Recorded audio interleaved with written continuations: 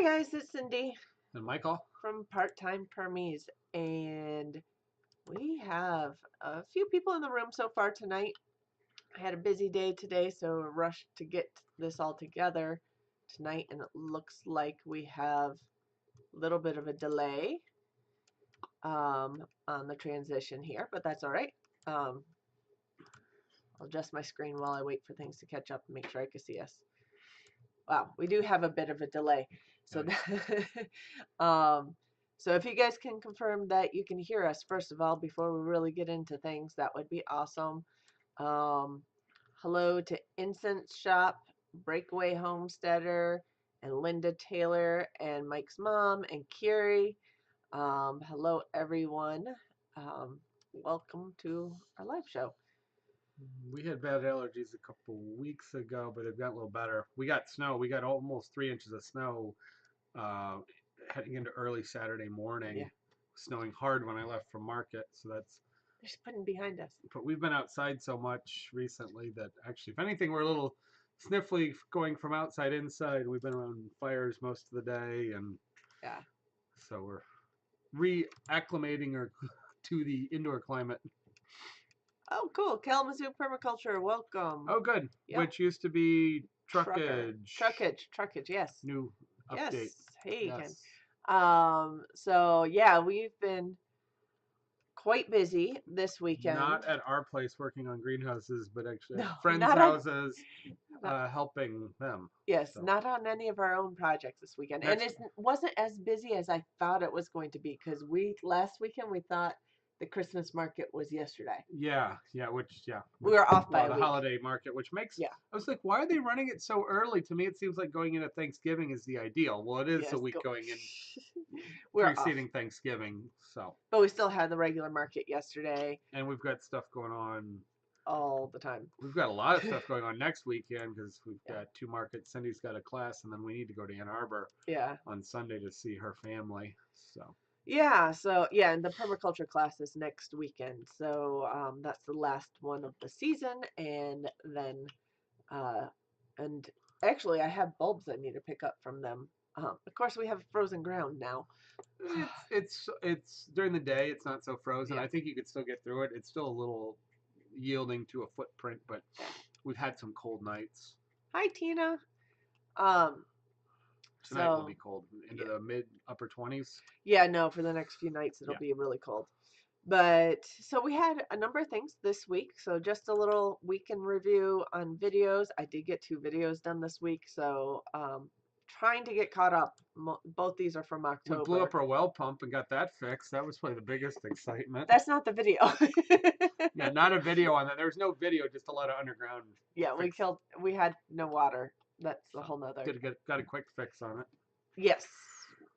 Paid for a quick fix on it. Under 24 hours. Under 24 hours. So that was good. Needed a new well pump. Yeah. That's a different topic, but yeah. We have water. Good water again. It's hard having to lug water around from the neighbors. One morning of having to use the neighbor's hose water. Yep. Yeah. Run a hose.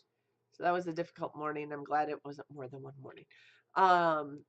Anyway, we did finally post our October garden haul. This actually happened just the day after we got back from Homesteaders of America. That's quite a while ago. I know. I told almost? No, it's not. It's well, almost now. Yeah, it's almost a month ago.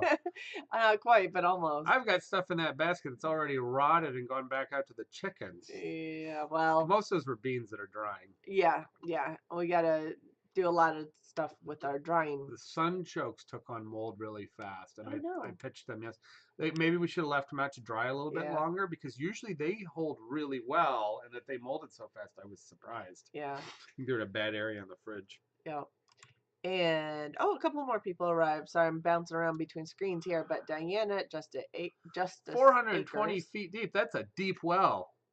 Wow, that must cost some boatload. That's 10 times as deep as ours. Ours is about 60 feet, which we're close to the coast, so we get water right now within 6 feet, 6 to 10 feet usually, but we have a 60-foot well. And the pump went down 42 feet.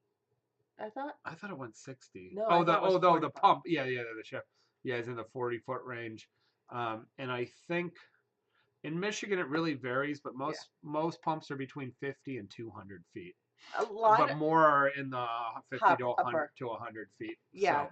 So, but you're out in Texas and it's dry at 420 feet. My gosh, Yeah. they give up around here after 200-ish some feet. They give up and drill a second one Yeah. usually. Yeah.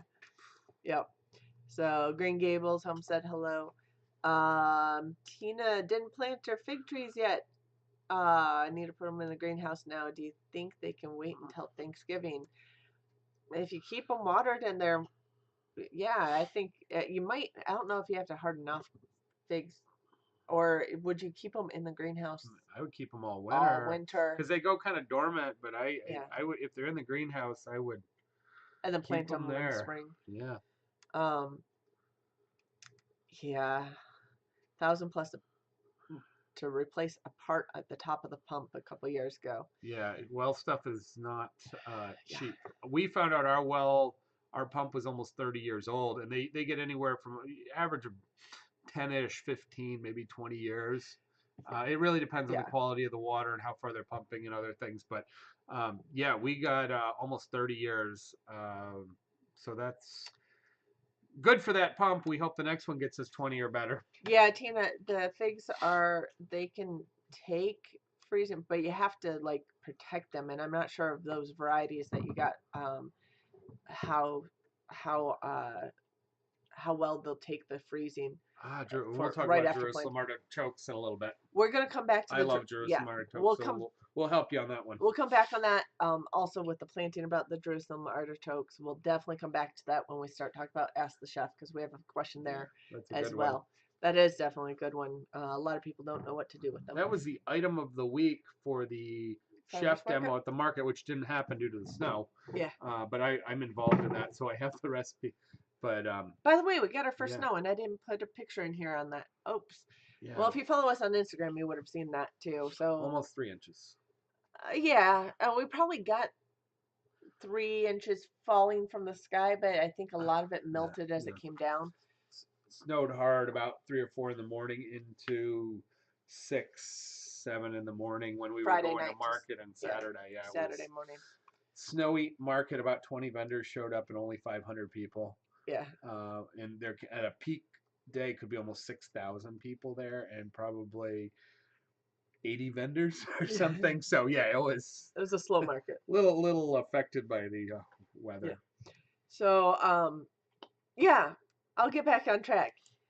We had it posted this our October garden haul posted that was hauled a couple of weeks ago. That was actually the name of that was the race before the frost because we had our first frost 2 nights after we got back. Yeah, we had a frost, light, kind of some light frost, but this was While the we're first real hard yeah frost freeze. Yeah, when just after we got back from Homesteaders America, and then before that we had weekend before, before Homesteaders America we had friends over. 2 weeks before maybe. I think it was the weekend before. Yeah. We had friends over to help us with our 20 chickens that we were processing. So they brought a plucker, which was the first time we used a plucker. So Jamie and his daughter Ava Came were and helped us out. local friends that we met through the Justin Rhodes meetup Yeah. and through Hi, Teresa. other hootenanny stuff going on and have kept in contact. Okay, I'm not sure how to say your name. Oh, there's Lisa Robinson, I guess, and I don't know how to, Guru. I'm not sure how. Groovy me. Groovy me. Oh, got it. Sorry, wasn't getting that. Little slow tonight. I'm tired. Lois Ann's here. Noah's Ark's here. Awesome, you guys. Welcome. So we do have 2 videos to check out. I am going to try to keep getting caught up, but this week we'll actually be posting recently recorded videos because I have 2 collaborations that I'm doing for this week. So I have to get 2 done this week, and that will be coming. But one of the projects going to cooking that you did. That was today. Well, that was late last night, and today we finished it. That is, what is that? That's crispy pork belly in a Vietnamese style.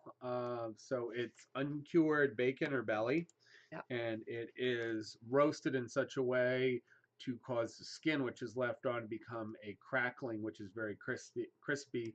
It renders out some of the fat, and I brought that over to today's event, which was a hog butchery day that took place with friends At Jamie's house. at Jamie's house and his family's Yeah. house and their small homestead Yeah. with a couple of their hogs, and we had Pratt family, and we had Homestead Dad and some of his kids, and we had um,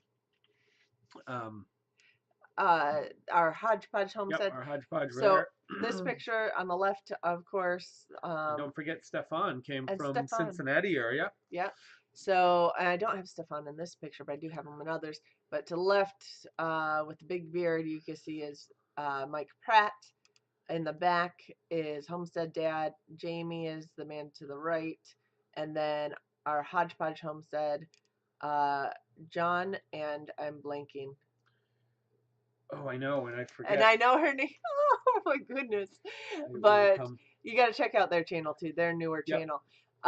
They're sitting down there in the front. This all came out of Hootenanny this year. Yes. We're all people that came to Hootenanny. And Homesteaders in America, most of us half were, of them were there. Most were not. No.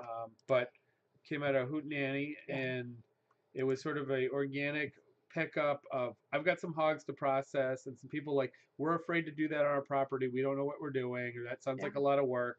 And a couple other people. And then, hey, I'd really like to do that. And so it became all people that happened to be at the Hootenanny in the summer sort of came together, and we pulled this off a few weeks' notice. We did. Jamie set it up, and then so Jamie has culinary background, military background, but they're pretty new at homesteading. And then you've got our Hodgepodge, and John's a vet. John has a lot of work. Yeah, he's a vet, and actually ran taxidermy and a lot of deer processing. And then you've got Pratts, and Mike's done deer, and they've got a bigger homestead on farm basically. With the but pigs. Some of them had never done a pig and the fabrication of a pig. I've done a number of pigs and some larger animals, but never done the kill and evisceration or skinning. Jamie had, and some of the guys said, so we basically all came together to learn and said, we need help. We've got stuff. Jamie has the equipment. He has scalding. So we did a couple different methods and cuts. This is Jamie and Sasha. We all came together and did. We did a potluck of tasties, and we did a training and work help, so that everybody kind of walked away like, we could do this. This is a doable thing at our house, especially with some help. So basically, all got together, and I'm gonna show a picture. If you don't like to see animals whole that are not yet broken apart into your meat, then you can close your eyes for a few seconds. Wait a few seconds and then count to 10 and we'll... Yeah. It's not gross, but it is a whole whole hog. So. It's when we're scalding and scraping the hair off the hog. So this is the hog. And basically we have the group. We have Jamie, who's bringing over buckets of hot water to scald the hair, and then the three guys here standing around. The hog is jugged. It is not. Yes. It's not being burned. No. So. No. It's already gone. It's been shot bled and out, done. So, bled out and everything. So we're cleaning it up so it's safe and sanitary to process. Anyway, so we're back to us. If you had to look away, I just wanted to give you. Well, there's a little delay, but it's the voice will be matching the picture. True. So, it's just what we see as far as reactions is a little bit of a delay. Yes. So we did everything from pen to basically freezer. And we set up, and all the pieces get used. There's a pound or two of some bits and pieces that get discarded, but actually some of it goes to so we basically have ability to use everything and set it up. Hi Crystal, I missed you. So so we've had a very busy day. That's what we were doing all day today. And I have one thing that's funny. Mike was cutting up, breaking things down and cutting up the pork chops, and we just caught Jamie at a funny expression. So I had to show that. I don't know what, I think he was chatting at that time, and so I don't know why that facial expression came up, but it looks like he's like, what the heck is happening to my hog? But So the way we set things up is there's very minimal having to cut bones Yeah. because we use really traditional methods and getting nice chops. But the spine area is you can use a cleaver to chop it. But so we're just cutting the last little bit of the bones on the pork chop. Yeah.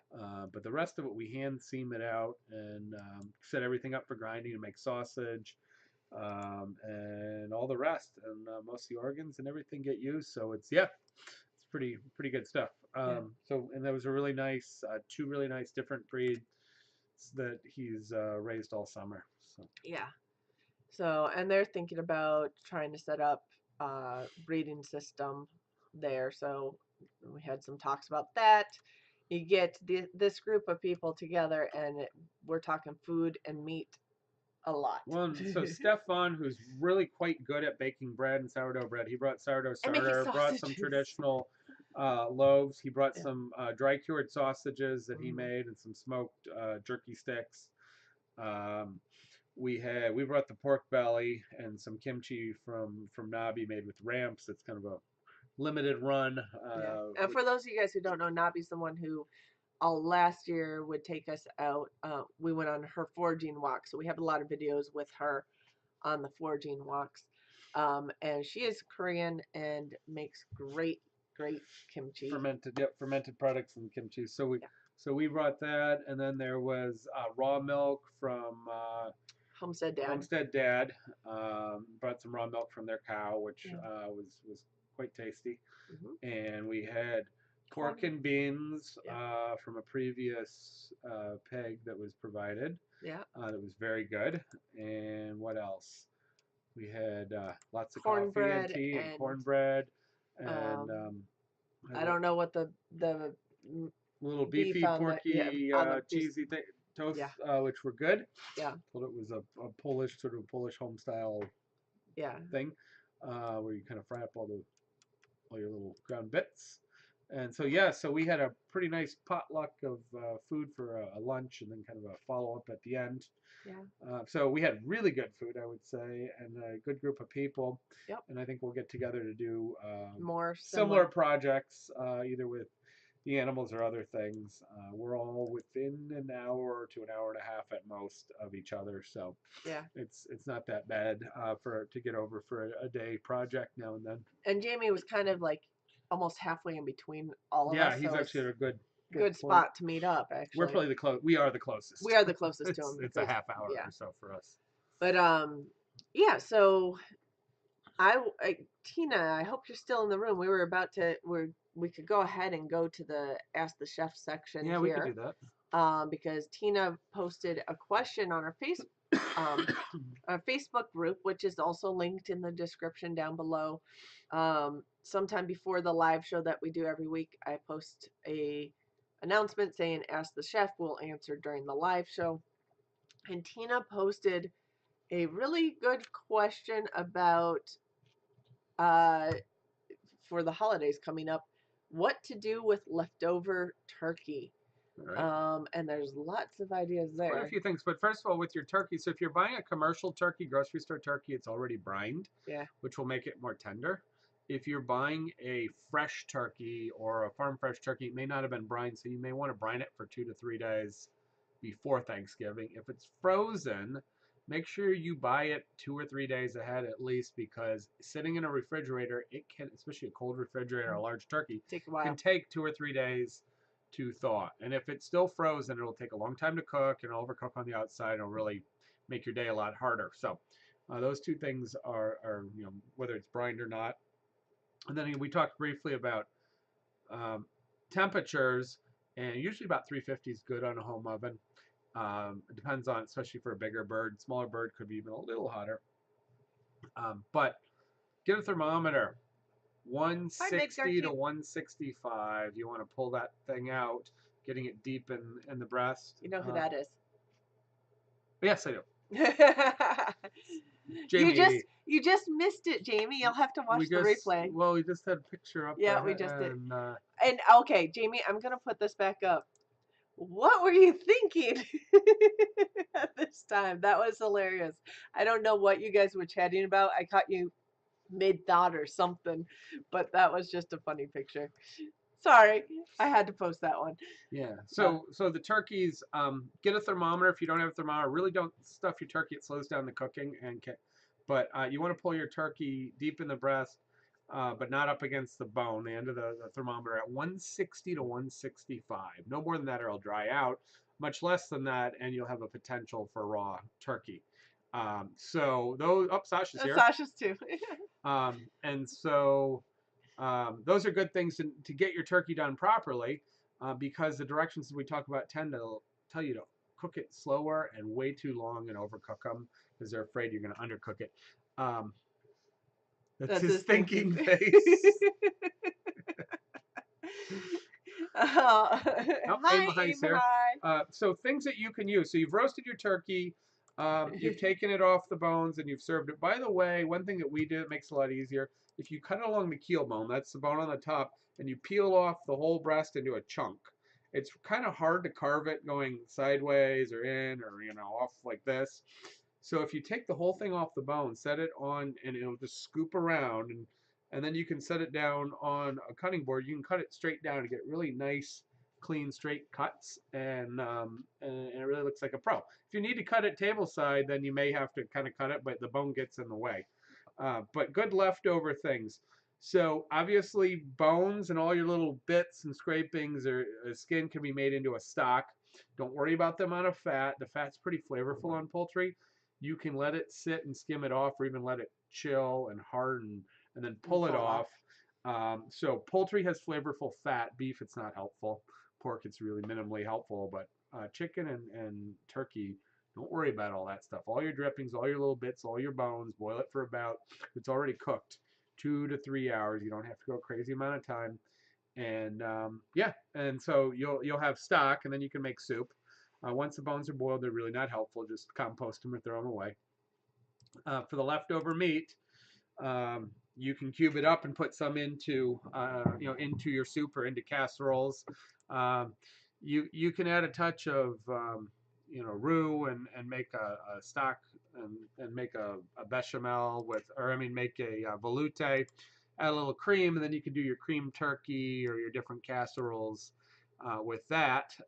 Adding in noodles or putting it over rice and your turkey, your turkey and cream, turkey a la king, all that stuff.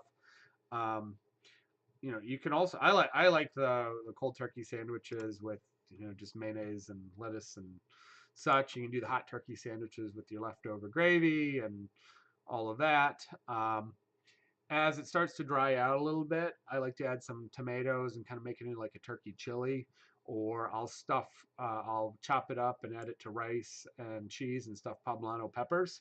Do stuffed peppers. I tend to bake them and not fry them. It's just easier. So you can do that. You can start adding tomato products and chili spices and other things and make them into red based things that start to give you a little more flavor and moisture as it gets a little older. Turkey freezes pretty well if you chop up the meat and put it in the into bags, freezer Gravy, yes. bags. And you can also Turkey salad, gravy, turkey salad, of cold course, turkey cold turkey sandwiches. salad. The dark meat is more tender, is more succulent and juicy and a little more flavorful for a lot of things. You can also make mole, or you can buy the little glass Ooh. jars of mole at the Spanish store, or sometimes your regular grocery store. Those are typically just add water, and so that's a brown. It's peppers and spices and not too spicy usually, but you can brown mole, or mole that sometimes has a little chocolate, is typically done with poultry or turkey. So that would be the traditional use. Your mom. Yeah, turkey tetrazzini, which is with your pasta. a classic American, I don't know, Middle American preparation. So pasta using a cream base or a mushroom base, and then frequently adding in Parmesan cheese or other cheeses and baking it off as a casserole definitely works. By the way, I just posted the holiday cooking series from last year. So if you're Yeah. interested in a lot of the holiday cooking Assembling a full dishes, holiday meal with a lot of the sides and yeah, everything. we did a whole Gravy. series of it. Yeah, pan Technique gravy. on making pan gravy and how to properly make taking a little bit of time to make a restaurant quality It's in that thickened series. gravy is in there. Yep.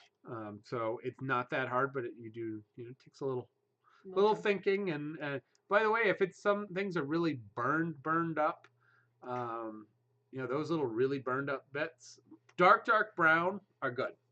Burned blacks are not going to make good stock, and you end up having to discard a really burned up celery or vegetables. Yeah. Black, not dark brown. Yeah. So, what's your favorite way of making it? Roasted, fried, spit, rotisserie? We tend to roast it. Yep. I've never really had a spit to do that. I've had limited fried turkeys. I think fried turkeys taste fine. I don't have a turkey. I guess I have all the stuff to do it. I find it a little overkill, but because it cooks faster, it retains moisture and it gets to a little higher heat. It's not a bad way to cook it, and it doesn't come out very greasy because the skin and the meat doesn't retain the oil. It actually has about the same amount of fat and oil as a regular roasted turkey. Turkey and lemon and rice soup. That Oh, that's actually good. Yeah, that's a good soup. sounds very White similar. rice or wild rice are both good, and yep. Sounds very similar to the Greek soup that Mm-hmm. I have. Yep, there's so Getting many at home. soups. Turkey does really well in soup. Yep. Now, if you have it raw, you can grind. You can grind turkey, and it actually is pretty nice to do turkey burgers and things. You can't do that once it's cooked, obviously. No. Yeah. You do pulled turkey Heinz sandwiches. 57 sauce. I never really had that a lot. Huh. Minimal, but yeah, I don't know. It has a unique flavor, so it would definitely create a unique sandwich if that would be memorable. Brown is done, black you are done. Yes, yes. Yeah. So brown is heavily caramelized or Maillard reactions, and all those little bits, that's natural bouillon. When you buy bouillon or you buy base, or when you make what's called a marmite, a marmite is the container, and a marmite is all those really cooked down vegetables and meat trimmings, and those are releasing all the really savory chemicals. So getting them darker than you would typically eat them is the goal, and dehydrating and roasting down with the fat and the drippings, and that's all good. But when it starts burning, there's a point where it's just burning and not caramelizing anymore. It was 100% Italian. Put different herbs that I still to this day do not know what he used. I'd like to know. Yeah. She Well, doesn't know. I worked with. You worked in I an worked with a Italian country club too. yeah with the well, it wasn't an Italian chef, but I worked No. with some Italian American cooks, and I mean, they a lot of times use a lot of fennel or either fresh fennel or anise seeds could go in there. Europeans like to use tarragon or celery root more often. Celery root has a little stronger flavor, makes great sauces and gravies, by the way, as a flavor component. I'm trying to think what else, and it can be very regional. Um, so yeah, but fennel might be in there. Um, you could do a little bit of oregano. The farther south is more oregano used. In the north, there's very little oregano. It's considered a weed. And other than that, I don't know. That would only be a guess. So, and the other question you had earlier here that we saved to this section was what to do with sunchokes or Jerusalem Jerusalem artichokes, artichokes. sunchokes. So they're a root, a starch root that grows. Looks like a little mini sunflower, large Knobby root. daisy type thing. Yeah. So it's got this really, and I would show you some, but I just maybe in the compost, but ours took on some very premature mold because I think they didn't dehydrate enough. They typically they winter very, very well. So they're used animal feed a lot of times and filler because the animals love them. They're a little bit sweet and earthy and mild and have a little crunch. You can eat them raw. You can shave them thin raw, and they have a skin which you can either leave on or peel. Some people said it gives them a lot of gas. I didn't know that till I heard that because I don't ever remember having a lot of gas after eating them, but raw or cooked may make a difference. They are high fiber. They're high in fiber, and but so you're gonna wash them really good because they can have mud on them or whatever. And so again, slice thin. And if you've ever had a jicama, it's similar to a jicama, maybe not quite that delicate and crunchy. Um, Night, Tina. You can slice them really thin and fry them like a potato chip or in a root vegetable chip, and they're very tasty. And they especially pick up some of their sweetness that way, and you don't need to peel them. You can roast them in chunks. And if you roast them in chunks, depending on how developed they are, you may want to uh, peel or partially peel them, or I do like ginger will knock off some of the edges or rough areas. I like to cut them in little cubes and then roast them with salt and pepper and olive oil. Um, and they again develop their sweetness. You can peel them and cook them down and mash them into a puree. Mm-hmm. Now, anything that isn't potato, I tend to like to cut in about 50% of the root and 50% potato, because the potato is mild and it's a little more mealy and starchy. It will break up and help bring it all together. So if I'm doing parsnips or I'm doing rutabaga or turnips, I'm doing a mash, I like to cut in potato. You can cut in potato pearls, that dehydrate with some extra water or some of the cooking water, but I like to just boil some potatoes in there. So boiled and mashed or chunky, roasted, skin on or skin off, or mixed with other things. You can definitely put them in soup. You can fry them into chips. You can eat them shaved raw, and I think that's probably about it. Dehydrate them into chips. You could probably dehydrate them, but they come back and they come back, and even when you pull them out, you'll never get enough out. In fact, if you don't harvest them for a couple of years, they will crowd themselves out and they will grow on the outer perimeters of where the previous ones grew. So in other words, put them in an area where you don't mind them taking over a bit. We have ours planted under our apple trees, because the tall areas you could chop down it's a huge growth. It's like a sunflower. So it's a good compost item. It is a great and it's an animal feed. Yeah, great green manure. You can feed them to the animals. They're Jamie, you need sunchokes. But if you don't watch it, they will spread. If you put them in your regular garden, they'll take over your garden basically. So they're sort of like potatoes and other things. You just never get all the roots, or you nick a tuber bringing it up. And you can just kind of pull them out usually. They'll grow in most soils. They're quite hardy once they get established. Yeah. But you will leave something behind and it will come back. Yes. Have you ever used an electric roaster? I have. I don't know. The electric oven's a big electric roaster. They do work just fine. I tend to like a traditional oven. But yeah, roasters work fine. To free up space in the oven this year. Yeah, and that's great. Or start it and then and finish it in there or hold it in there. That's I'm just always a little skeptical of how it's going to come out. I know how an oven's going to respond, but they should work just fine. Yeah. The more you cover it, the other thing is covering, you may not get the skin as crispy. Whereas an oven, if anything, if it starts getting too dark, you can just put a little tin foil over it to shield it. There's all kinds of theories about, ideally if you roast it on one side and then you roast it on the other side and then you turn it up, you get the perfect color. Because the deal is the breast meat, which is exposed, cooks faster. The leg and thigh meat, which actually needs more cooking time, cooks slower. Mm-hmm. So if you do the side, top, but that's a lot of work. You can just roast it. I do on a commercial convection oven, 325, 3 hours for a 20-pound bird. They come out perfect. You almost don't need a thermometer. Home oven, and a smaller bird, you might run 350 if you don't have convection because you don't have the fan blowing. They go slower. Then if you want to get a little fancier and not work too hard, you can get breast on keel bone. Sometimes you can buy it. Commercially, you can buy it. Basically, it's your two breasts, keel bone, and some of the ribs, and they call a little bit of thigh meat usually hanging on there, which is just an excuse to get you for another pound or two, or it gives you some trimmings for gravy.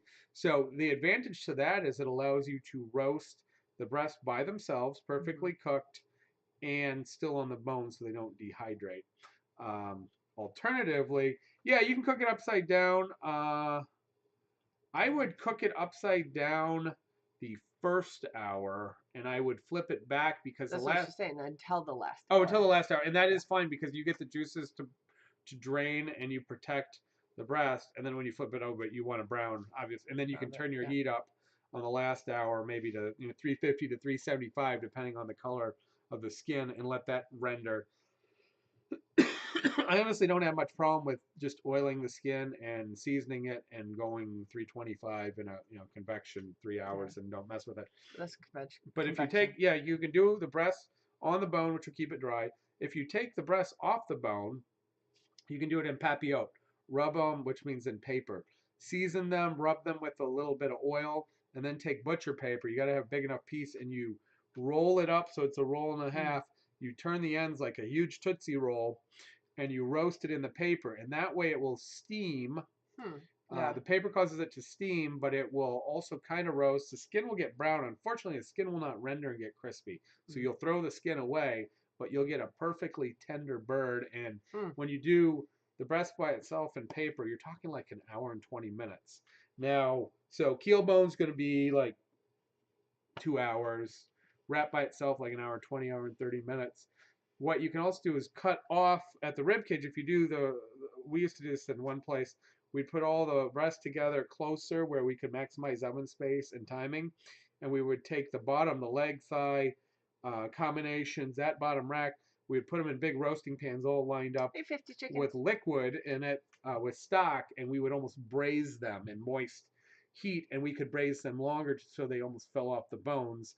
And then because we were doing plates, we weren't carving them, we would reassemble them where we'd take the dark meat off perfectly, and we could get like 6 or 8 whole turkey leg thigh combinations in a big roasting pan, which allowed us to do, because we had to do like 80 turkeys. Yeah. We'd start early in the morning, we'd have 2 seatings, and sometimes, and if you do the braise, you can braise the leg thigh the day before, and then you're just handling the breast meat, whether it's on the bone or wrapped, and you can control that. That handles the problem of overcooking the breast meat, undercooking the dark meat. Okay, so going back to the sunchokes, because Green Gable said, should I plant them by the pond? I have to look up whether or not they like extremely wet soil. I don't think they like to be inundated with water, but otherwise they grow in clay. They grow in sand. They like water, but I don't think they like to be soaking in it. I think the root would potentially have a higher chance of rotting if it was. But you near could the water. you could grow them above just a little above your high water mark. And they are great for holding in soil and quickly maintaining soil, building soil. You can knock down, you can just chop them down. Yeah. And you can build up compost and soil. A lot of the animals will eat the stalks. Almost any of your animals, even pigs and they're just like almost sunflowers. anything will eat the root. Yeah. When you take it up, so it's a pretty versatile. If you have soil you want to improve. So if you plant them around your fruit trees in an orchard and you have pigs, your pigs will probably root them all up. I would guess so. If you get anywhere that you have pigs or anything that's got some digging, and I'm guessing goats and sheep and other things will eat the stalks right off at some point. But they're very inexpensive and they spread pretty fast. Yeah, they're easy to grow. And you can, when you grow them, you don't have to put a whole one in. You can cut some knobs up and of modest size, and they will grow just fine, and you can spread them around. Yeah. There are red ones. There's white ones. There's jumbo. There's a whole lot of varieties. There's some that have little like thinner skins or better eating, slightly better eating. Johnny Seed does. I think they must carry. I want to say off the top of my head 4 or 5 or 6 varieties in there, and other people have them. Best thing like that, because it's a root and they tend to be expensive shipping, go to your local farmer's market or grocery store. Just buy some, whatever it costs. Just buy them and then just plant those, and they should be fine. Where can you get some sunchokes? You could get it at the Kalamazoo Farmers Market, since you're in Kalamazoo. From Nabi, she usually has them at Bonamigo Farms. Quite a few of the farmers do, because for them it's sort of a free crop. It comes, you harvest late in the season after the frost. They sweeten up like other root vegetables, and they store well, which means they can hold them deep into the season when you're talking potatoes and cabbages and Unless you onions. don't dry them out, Mister. Yeah, they can. Yeah. So they are a good crop to have on hand when you don't have a lot of other things to sell. And Yeah. they're only because they're very popular with restaurant chefs for the last 10+ years. And lesser known, they were a bigger crop. Um, Side of the road would be a good place if you want to Um, create a little break. or are you talking about can you get them off the side of the road? I have to look them up, but I do believe they are naturalized to some areas in Michigan. So if you're wanting to Yeah, I don't harvest, know if I've ever seen them yeah, that I've noticed. They have a little sunflowerish head about yeah, that size in late summer, mid to late summer, I'll have to do a yellow and black. I'll No, have to do a one with a featured forward food on that one because I know there are areas I haven't seen them all over the I think place. they would be good for a light wind block. And say if you Yeah, have a heavy road that has traffic and you get debris or you're concerned about salt or smoggy type things, it's probably a good start to creating a break but I to your wouldn't property. necessarily harvest them if they're close to a busy road. Yeah, I mean it depends on what Yeah, you know. Most of the time what kind of runoff and you stuff don't you have a get, lot of oil. Yeah, a lot of oil and stuff usually doesn't come off the road, but but if it you depends think on it how did, busy it is. you may. Yeah. Yeah. But yeah, I mean it's a tall plant, so it's kind of Yeah, it's. they can grow 6 feet. So different varieties, anywhere from 4 to 6, 7, almost 8 feet tall. I think our tallest ones are almost 8 feet tall. Yeah, Yeah, they get like pretty big. Are asparagus. they like asparagus? Not They're like really. sunflowers. Yeah, they're like a small sunflower, Yeah. stocky. Yeah. Um, I know I have a picture somewhere. I'll. Oh, they are all over the road by you. Probably because you got probably a bunch of farmers. They got wild and Oh, they yeah, just they went took off. wild. Okay, Yeah. interesting. If you keep mowing them down, you probably don't notice them as much. Yeah, So yeah, I just watch how much runoff you get from the road, but we have otherwise, wild asparagus, semi-wild asparagus all over the place. yeah, You can see it just going down the highways around here, popping up by mid-spring, midsummer. They're all over. yeah. So speaking of foraging, should we talk about what the topic is this week? Our featured forage food of the week is junipers, juniper berries, and the leaves or needles, whatever you like to call them, are both edible, although more people will harvest the berries. The berries actually, by the way, are cones, just a very fleshy cone, Really? because juniper is in the same family as the other evergreens. So, oh, we missed a question there. All over the heat. How do you deal with heat? I think, well, Jerusalem artichokes. I mean, they're called sunchokes. Jerusalem is pretty dry and hot. Guess I'm they gonna do take a well. wild guess. They do pretty darn good in fairly arid and definitely hot It's areas. on my list for the featured forage food, Carrie. So And they keep clearly watching. come back in areas that have a hard winter. So I think they grow Yeah, probably most everywhere. yeah, they're probably Yeah.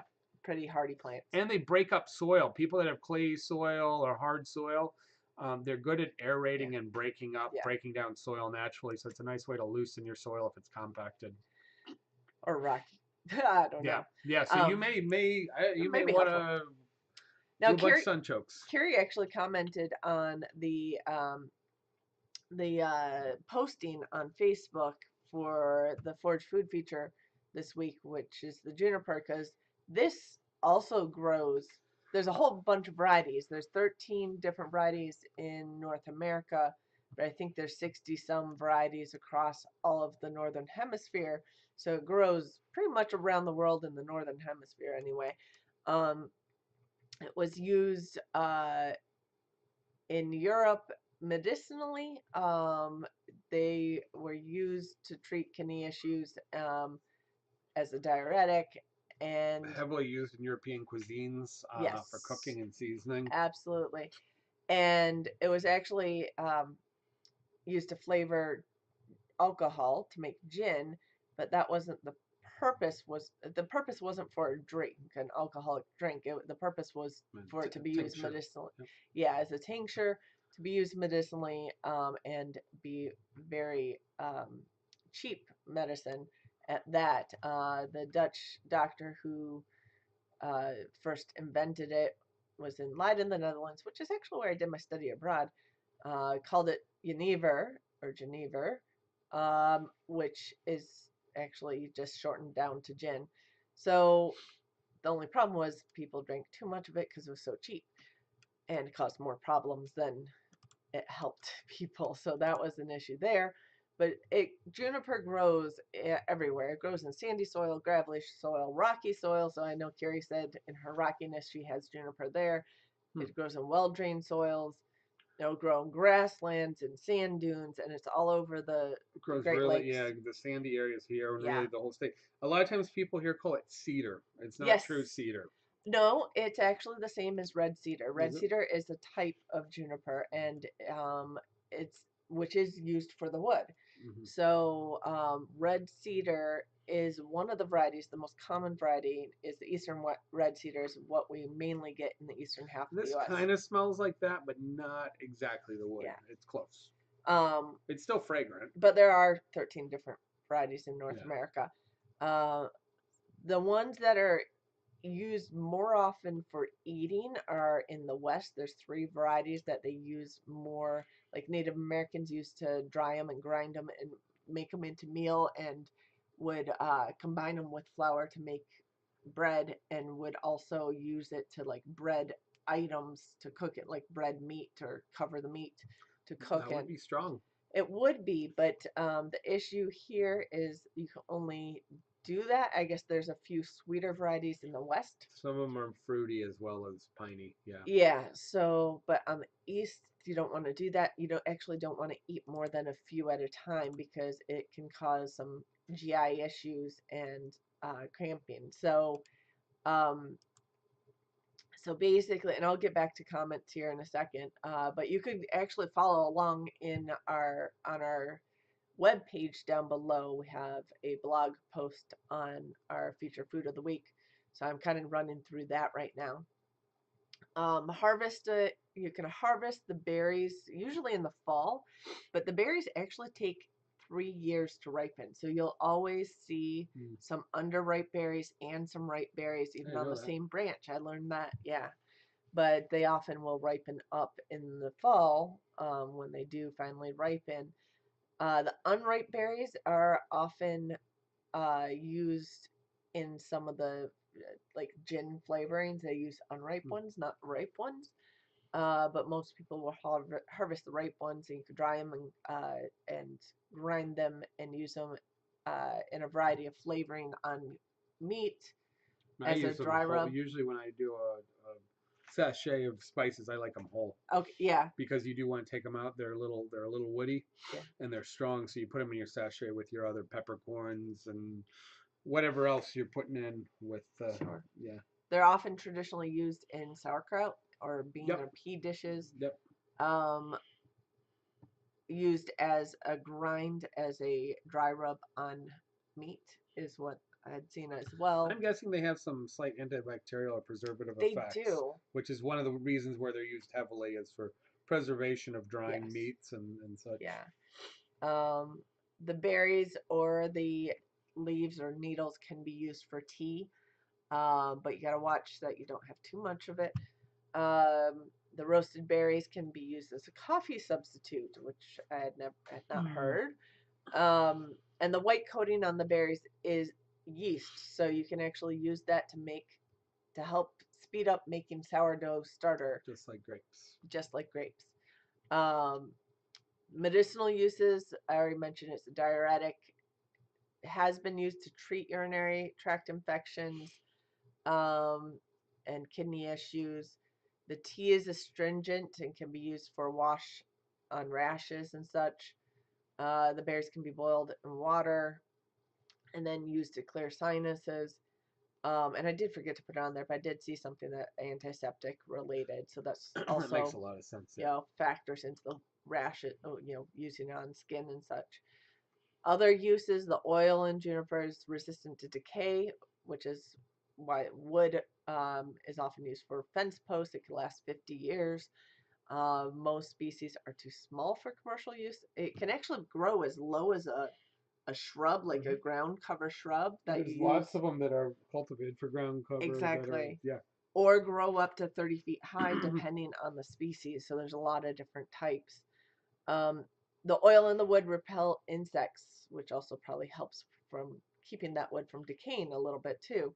And the wood blocks are often used in clothing storage areas to repel moths. Um, Inner bark was used for cordage by Native Americans, and was also used for tinder for fire starting. Um, you could smolder the boughs so that you have incense that way because it smells pretty good. Um, Planted in hedgerows, ground covers, as we were saying, windbreaks, or anything else for landscaping. And you can start them by seed or cuttings or layering. Um, the eastern red cedar we were just talking about was the most common juniper type in eastern North America. Is was the preferred wood for making pencils until they ran out of enough of that. Yeah. Now they have another type of juniper that they actually use for Well, they're pencils. always kind of reddish, and Yes. so that would make a lot of sense. Yeah. And I do have the warnings down there at the end. If taken in quantity or for long duration, they can actually cause too much diarrhea, cramping. I didn't put in their kidney and urinary tract irritations. If taken during pregnancy, they can also cause miscarriage. So you gotta watch that.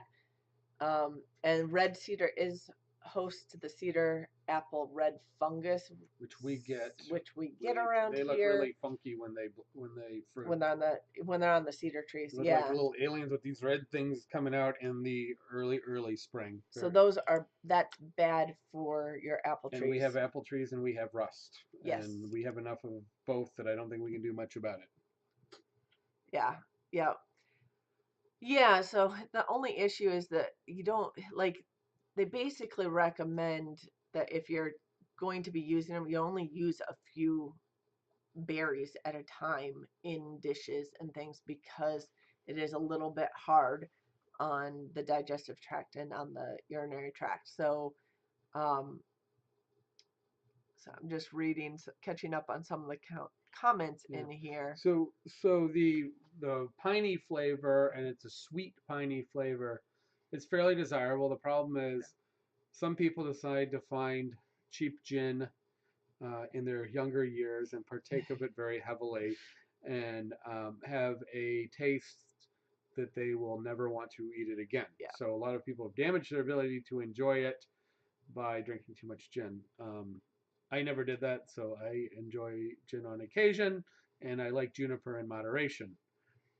So what you can do is, it's kind of like ouzo, but that's more of an anise flavor, and this is a piney resinous flavor, but not too different.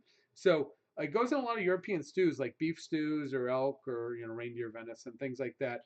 Wild game, because it is a strong flavor, it can cut some of the gaminess. Where you may use rosemary would be a similar but sweeter version of using juniper berries. So you can make your sachet, and it may have things like star anise or cinnamon. Mulled wines and ciders, especially wine, not so much cider, could have juniper berry in it. And then quite a few of your medicinal tinctures. So traditional gin has that very strong piney flavor, which can come from the needles or the berries, ripe or not.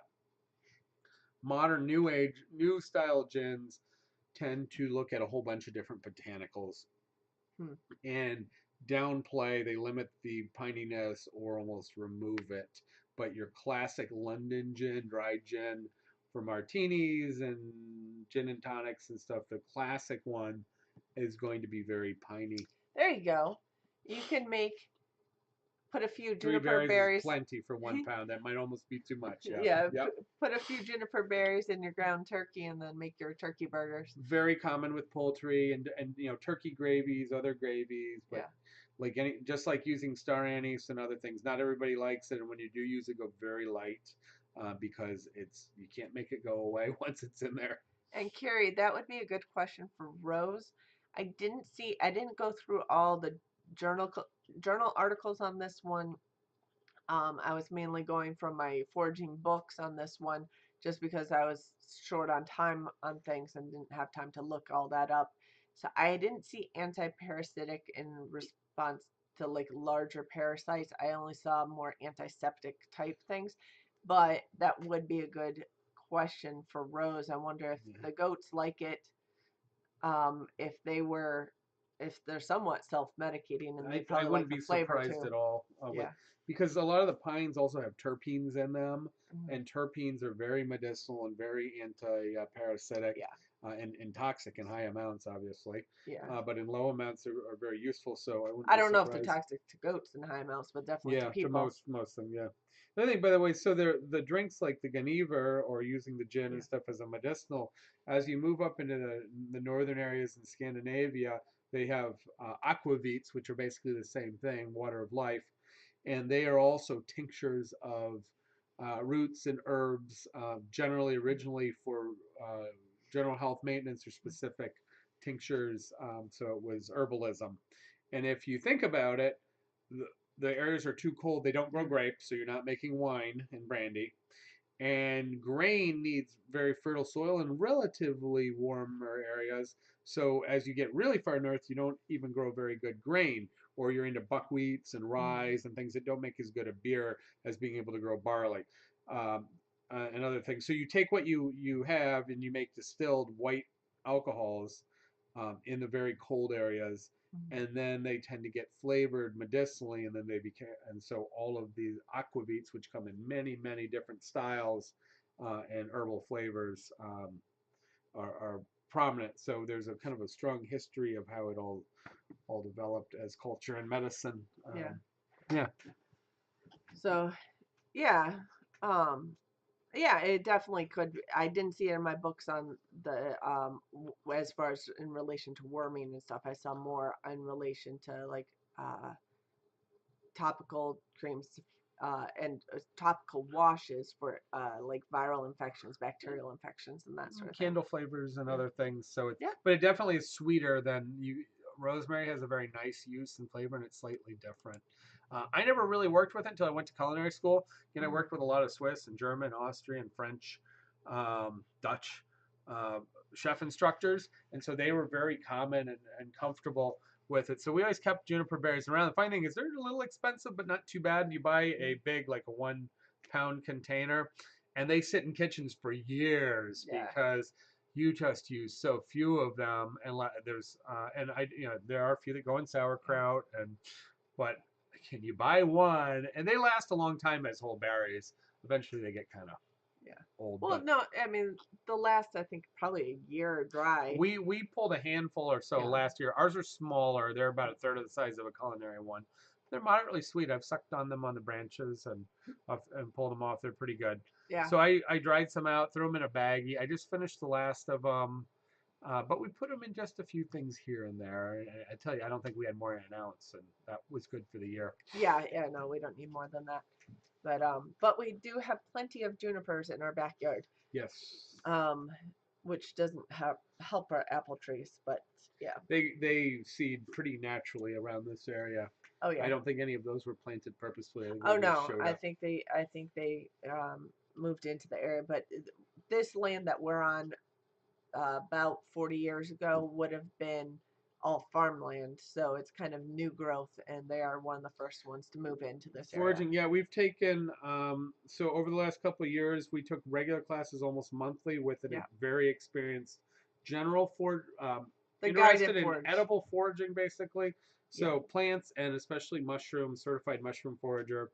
Uh, Cindy's taking a class on permaculture, which involves some forage or traditional grow and use items. Hmm. And I've done some mushroom foraging little bits Yeah. off and on over the years. When I was in culinary school, I would go out a couple times a year with an experienced group. Crystal, So I will look up and link because every time I went on these guided forages, it was once a month last year through the season.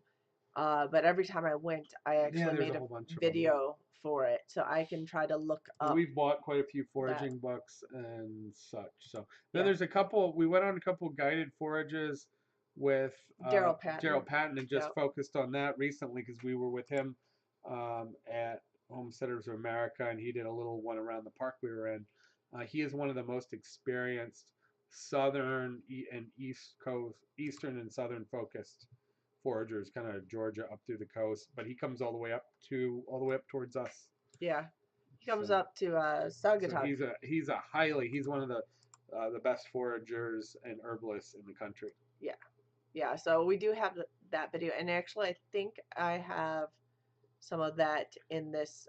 Yeah, because this is all foraging videos. This playlist I'll link Oh, so you in got a the playlist, yeah. yeah of all our foraging videos here. So I'll link that in the description or in the um chat here in a My second. background as a chef, not all of it's foraged, but I've worked with a tremendous amount of foraged or cultivated wild items for years, so I'm pretty comfortable with seasonal and local and foraged items and integrating them into um, commercial food uses. So trying to do this without my cat trying to push his head into my hand. So my cat is on my lap begging for attention. So this is, I think it's 29 videos now in this Which is playlist. probably like 12 hours of stuff, Yeah, probably. it could be at I don't least know. 12 It might be hours. 15 hours. There's quite a bit Um, of.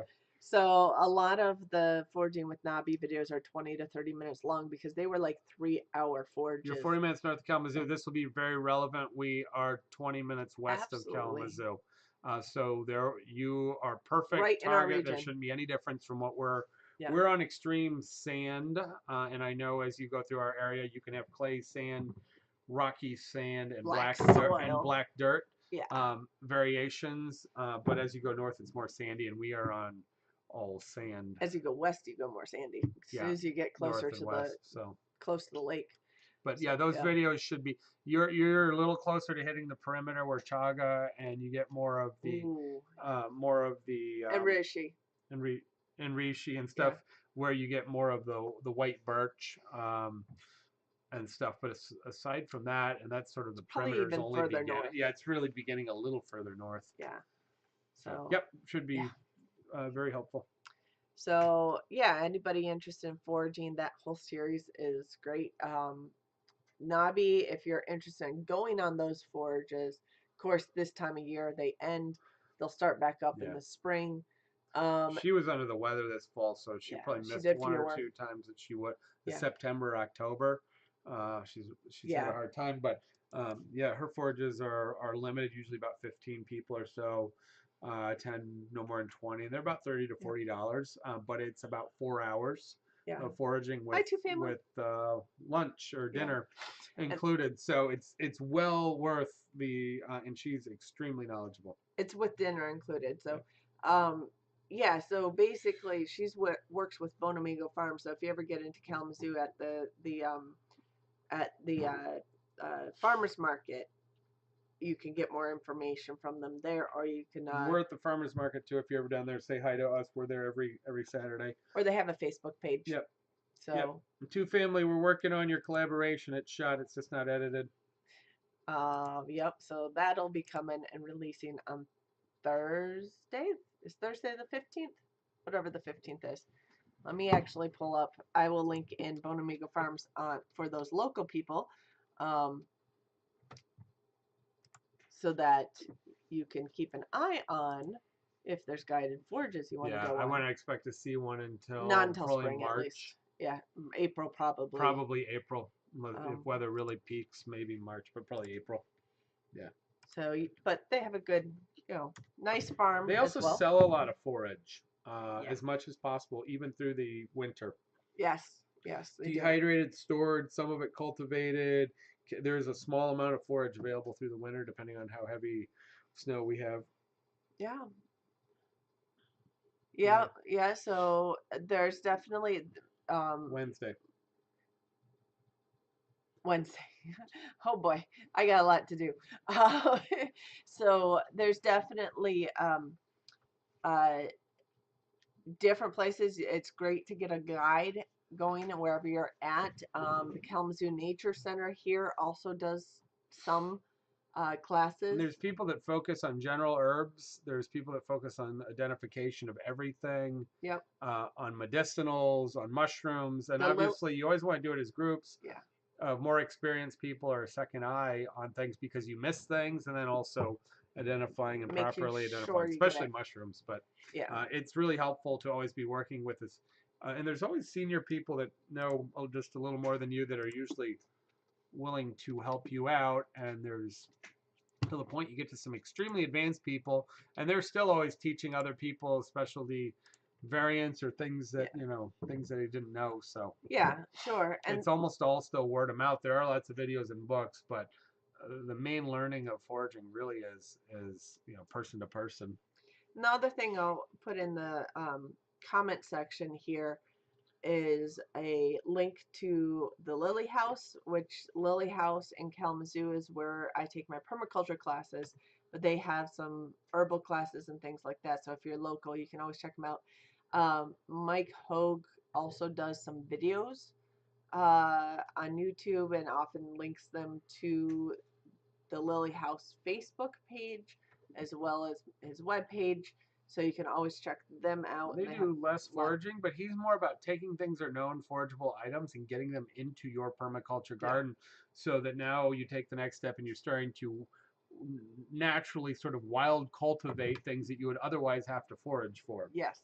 Yes. making them more accessible. So he does know how to use a lot of Yeah. the local He does plants a lot of he teaches classes on tinctures and herbalism and stuff. herbalism also, so the other end of that. Whereas when we do stuff with Nabi, it's mostly food driven. Some of Yes. it's nutraceutical, but it's mostly consumable. Yeah. Desire, not for strict medicinal Right. uses. Yeah. So yeah, that's kind of we're basically teaching as we learn. So as I learn, I put things together. What I might have to do eventually, I still have a lot of things on my list. I was realizing how many forage Well, you have all items. the products of the week items too. So Well, no, I mean, of foraged. the foraged items of the week, I have 30 or 37, 38 that we already covered, counting today. So there's a video or a discussion on each one of those. Yeah, so we've been doing this for about almost a year at this point of featuring different foraged items. Um, and on the web page, you can scroll through the blog section and you will see different things posted every week, either plants or mushrooms. Um, and I do have a whole bunch more I could still focus on as well. And then, but then I might have to start going in more detail because I'm writing notes for myself to remember what each thing is for, and for identification and everything. So my idea is as I'm learning, I'm sharing it, and it's also a way for me to refer back to it also. So you can check out the webpage down below if you're interested in some of that information, definitely. But I do have a whole list of things I still want to cover on that as well. So I'll keep it going for a while until I start running out of things to put up on this. And then I might start going through and expanding on that information that I already started posting on, and just checking research because I also cross-check a lot of the medicinal things, which I didn't get a chance for the juniper, but cross-check a lot against research and see what people have. More and more research is being done on foraged items, especially in the last like 15 years or so. So I'm just checking to see what people have actually confirmed with current research as well, or where that's at. A lot of things may be just preliminary research as well. So yeah. Hi, Bree. You just joined us. Yeah, we got to wrap up here soon because Yeah, we're if there's now. any other topics or questions Yeah. that somebody has, that's fine. We have a few minutes, but we're past 10 o'clock, so otherwise we're towards wrapping up. Yep. So yeah, so I'm just trying to think if we got through our whole list. Think so. So yeah, we earlier in the show, if you missed the beginning, we had two videos that came up. We had talked about our big event today, which was going over to Jamie and Sasha's place, along with a few other So channels. we were with 5 different groups, 4 different channels, and ourselves. 4 different channels. And these were all people that we met basically through homesteading activities in the last year and a half or so. So yeah, we either met people at the Justin Rhodes meetup at our house or at Hoot and Nanny, which is the annual Michigan meetup. that the Pratts host, and some of us also went to the Homesteaders America conference. So we're So starting this. Crystal, we do. So we attend the Michigan Hootenanny or the Pratt family Yeah, Hootenanny, which takes place in what, July was it? August? it's July. July. July, Middle of July. There's a date for it already. I end think of they July. just released stuff on Pratt family I on think it's the date, and 27th. it's a campground down towards the Jackson area. Yeah. It's a camp over a day event that's free. And so there's for people, and it's not just for Michigan, it's not just for YouTube, it's for anybody who wants to Two attend. families been there. It's a great opportunity to meet people in our general geographic area, probably a 3, 4, 5 state area, and we have had people coming from probably further. 100 people there last year, and I'm sure there'll be more this year. It's only this will be the third year coming up. Yeah. So that's a great way to swap off ideas, meet people, bring food, and find people that have things that you're interested in. Yeah. So there'll be demonstrators at the next one Yes, as well. getting a little more formalized, adding on more stuff, camping overnight, Friday and or Saturday night. A lot of people camped over Saturday night. Yep. Last year that was a first, and that's going to be expanded. Yep. So yeah, Jamie and Sasha were there. All of us from the group Yeah. today, all six groups were there. The other Lois Ann was definitely there. Yes. So those of us who are at our Carrie's gonna come, right? From Texas. Come up from Texas. It'll be cooler at least. We may be all hot and humid in July, and you'll think it's great. Awesome. That's awesome. Meriwether Forger, Texas. That's a new one to us. Yeah, PhD in chemistry. And we like when they have a strong science chemistry background. or science background, so they can evaluate the reason. combination of why things work and help validate why folk medicine and herbal supplements and herbalism work, and because they shouldn't be inconsistent with modern science and modern medicine. Sometimes modern medicine just hasn't caught up with traditional it hasn't done ideas. the research. Well, that's the thing. I mean, if you're doing research, they have such strict criteria for releasing medications and how many different steps of research to go through before it can be released. Yeah. But if you think of foraged items, you could just go out and use it. So do you really have to be use it in moderation in the right? Yeah, no. Right if you want to use it correctly, obviously there's things that can hurt you. But there's not as much of a push to research it further if you can see maybe a small study or two family. Yeah, we heard that you were the first and second one, and we heard you were fully planning on coming back again. Yes. And so they're one of our little bit further out of town connections. I can actually link the Hootenanny two families stuff. in Ohio, right? Two families in Ohio. Yeah. Let me see. They were down at Homesteaders America year 1 and 2 also. I'm going to link the Hootenanny stuff. Yeah. So, because anybody interested in this, last year we had the aldermans come up as far as biggest distance traveled, and we had the haulers make it a stop on their travels. So they were there. That's the new list. Let me see if I can. And of course, there have been some other people talking about coming from. Of course, we're celebrating Veterans Day today and tomorrow. So for anybody who is a veteran, thank you for that. Yeah. Well, neither one of us are veterans, but that's just because so many other people were veterans, we didn't have to be. No, that is true.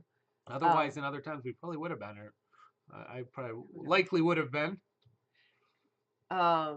And we just spent the day with 3 veterans. Yep. So, yeah. So here is the Hootenanny 2019 information link if you need it. No one chased you off, so you returned. Oh, that's all right. You're invited. We like you guys. Please come. Yeah. Even if you're from that state of Crystal, I'm of red and white. We'll excuse it. Crystal, I'm in the same place. I'm a genetic counselor, so I'm not a nurse or physician, but I do appreciate having some evidence behind that information as well. Oh, happy birthday, Lozanne. Oh, yeah, happy birthday. Yes. Another November birthday. Yep. Cool. I'm actually going next Sunday. We're going to my niece's birthday party. So we're going to have another busy Sunday next week. Now we got to solidify Thanksgiving plans and Christmas holiday plans Yep. on what's going on, where, and when, and put all that together. Yeah.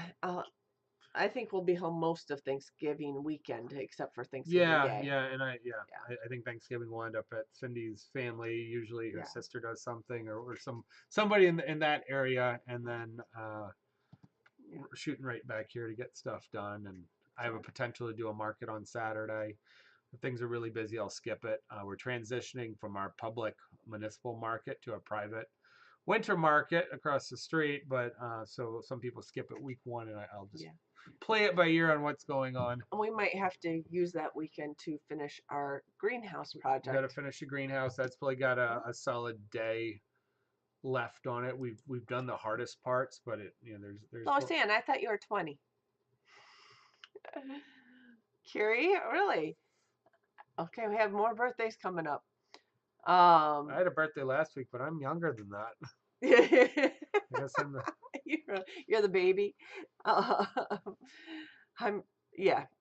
So mine's not until next spring. So anyway.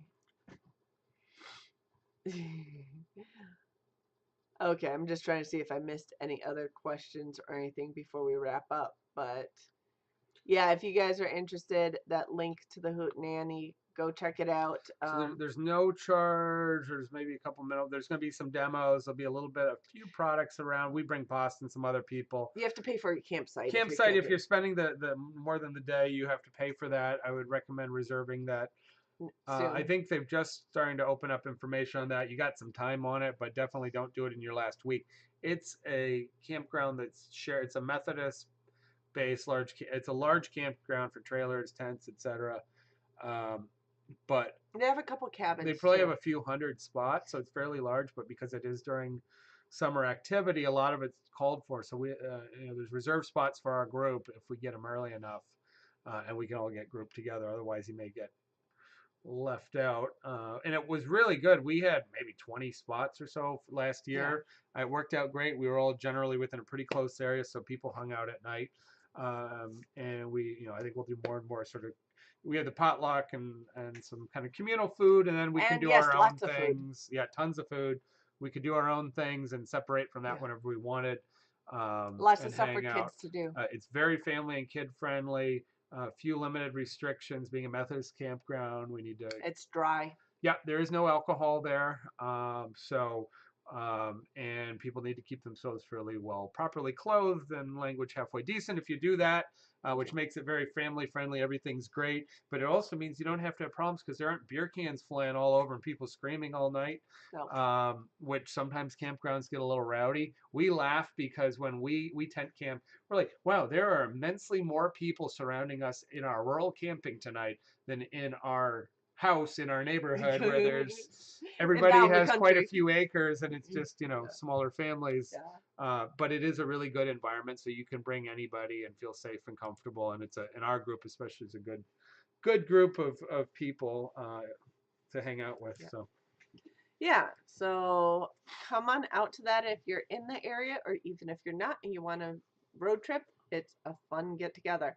And you would get to meet all those people we're hanging out today, plus a lot more. Yeah, so. Who knows who all is going to show up. Starting to actually get some national attention. Yeah. It was meant to bring people together in Michigan. Pratts set it up. Kind of as a response to Homestead Dad does a lot to help out. And then a bunch of other people each jump in and do a little bit. It was really a response to the Justin Rhodes meetups, local meetups. And trying to keep that community going locally, but it's gone bigger. I mean, I think people are interested because there are a few small things going on, but this has taken off, and we think it'll run for quite a number of years. As long as the Pratts don't move. There are people putting it on as a destination, where they want to be there, and because it is sort of regionally specific, but it is open to anybody. There are people that are driving in campers and other things as a way to meet and Yeah. hang out with other people. And there are no, If they don't have a group around them, so I yeah, think to see it will continue to get that bigger would and bigger. that would be a long That's road a trip long for road Gary. trip, I know. Well, you can always, you can always fly, or you can make a big loop, or and have like, Michigan is a really, really great summer vacation place, especially in July. especially when you're from Can the be south. humid, but otherwise there's a lot going on. It's a Yeah. really an outdoor state, and Yes. so there's so much to do and see. Oh no, suburban. We're wrapping up. Yes, we started Yeah, at 9, so we're way over. Yep. So, but yeah, so come on out to Michigan at the Hootenanny next year if you can two make it. family got here late. We were with five other channels at Jamie and Sasha's house doing hog fabrication Yep. and teaching and learning. So check that out. Watch the replay. Yeah, the entire start to finish on handling hogs. Yeah. So that And was pretty neat. two family, if you want to talk about You lots, know everybody that was there too, I think. yes. Yeah, you do. Two family, if you want to talk about lots of food, we had lots of food there Yeah. today. But anyway, so we should definitely. You might want to. They don't really have a channel, but you might want to think about seeing if you can interview Jamie and Sasha Mosier. Yeah, they don't have a channel I don't though. know. That might. Jamie also doesn't like being on camera. Yeah, but he's not. Yeah, I don't know. No, he doesn't like a camera One-on-one. pointed at Yeah. him. He said he doesn't mind if he's getting caught on camera. He just doesn't like being directly on camera. Yeah, but I don't know. I don't know. So, Yeah. anyways, They're interesting people though. There's actually another guy who doesn't have a YouTube channel who is there, Stefan, but he has an awesome Instagram and Facebook. He's a very accomplished cook, and he does some professional cook and science-based, chemistry-based stuff. He's French, grew up in the French countryside, but lived in the United States a long time. Yeah. He makes phenomenal bread on the level of an artisan Sourdough. baker. His ability to make cured charcuterie and cured items also on the very professional and excellent, both from heritage and growing up with it, and then just focusing on some of that. So we had some. He brought some really good bread, some sourdough starters. Brought some really good sausage on sack or dried, traditional hung dried sausage. Yeah. And that's his Instagram page that I just posted. So check out Stefan's Instagram page. He's driving home. He's probably about home. But He might be. He drove quite a ways to be up here today. Yeah. His family came up to the Hootenanny from Cincinnati, which is about 5 hours for them to Jackson, something like that.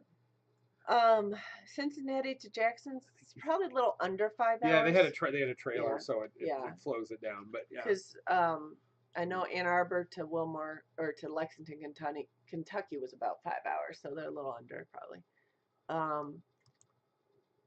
Okay, out in the country. Hi, we're wrapping up. Oh my gosh, all these people just joined us. well, And some people have the day off. So less and less have Veterans Day off. Neither we one don't. of us do. I have to work tomorrow.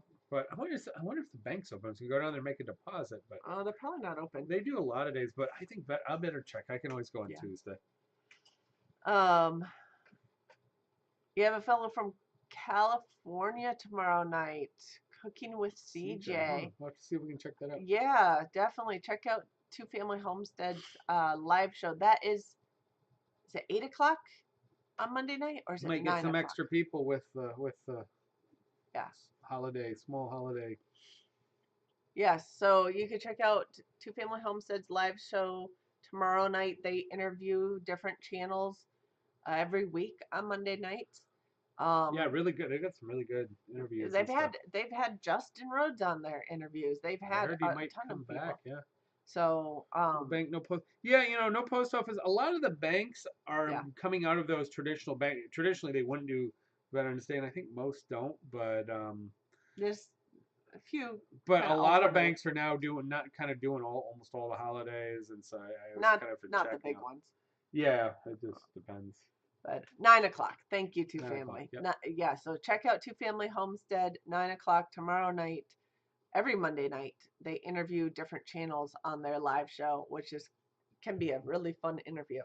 Including they do a good job. Including taking questions from the chat room. So They always have a giveaway. yeah, they do giveaways. They do. All right. Oh, I haven't. Haven't been able to catch it It's recently been a because little, yeah. It's been I'm always trying to Mondays have get a been video busy. out, and I'm gonna be unfortunately trying to. If I could get it done by 9 o'clock, I'll come to your show. Your video. No, that's not Uh, I have to do the other one oh, the first. other clue. Okay. Yeah. Um. Yes, you had us on our 1 year That's YouTube right. In anniversary. January. Yep. Yeah, we should email you and see if we could get on there again, um, at some point. But gotta figure out schedules. Uh. Anyway, so we will wrap up and we'll see you next week. We'll be on live. And we'll have another. I'll see if I could get another. Why is there a crushed allspice berry over here? I don't know. You must have dropped it because I I don't don't know. deal I'm with looking at it. I'm like, allspice. why is this here? It's definitely an allspice berry. That's really weird. Anyway, yeah, that's on our live show. Yeah. So, no, we'll be back next week. I will attempt to get a another feature forage food out next week, but next week is a little busier than this week, so we'll go for it. If not, we'll still be live on Sunday Sunday night night we'll be shooting back from visiting from family, so we'll yes, probably get in just in time. yes, to get things set. Okay, so we will see you next week, 9 o'clock Eastern Standard Time, you guys. See you next time. Good night. Have a good night and a good week and a good Veterans Day.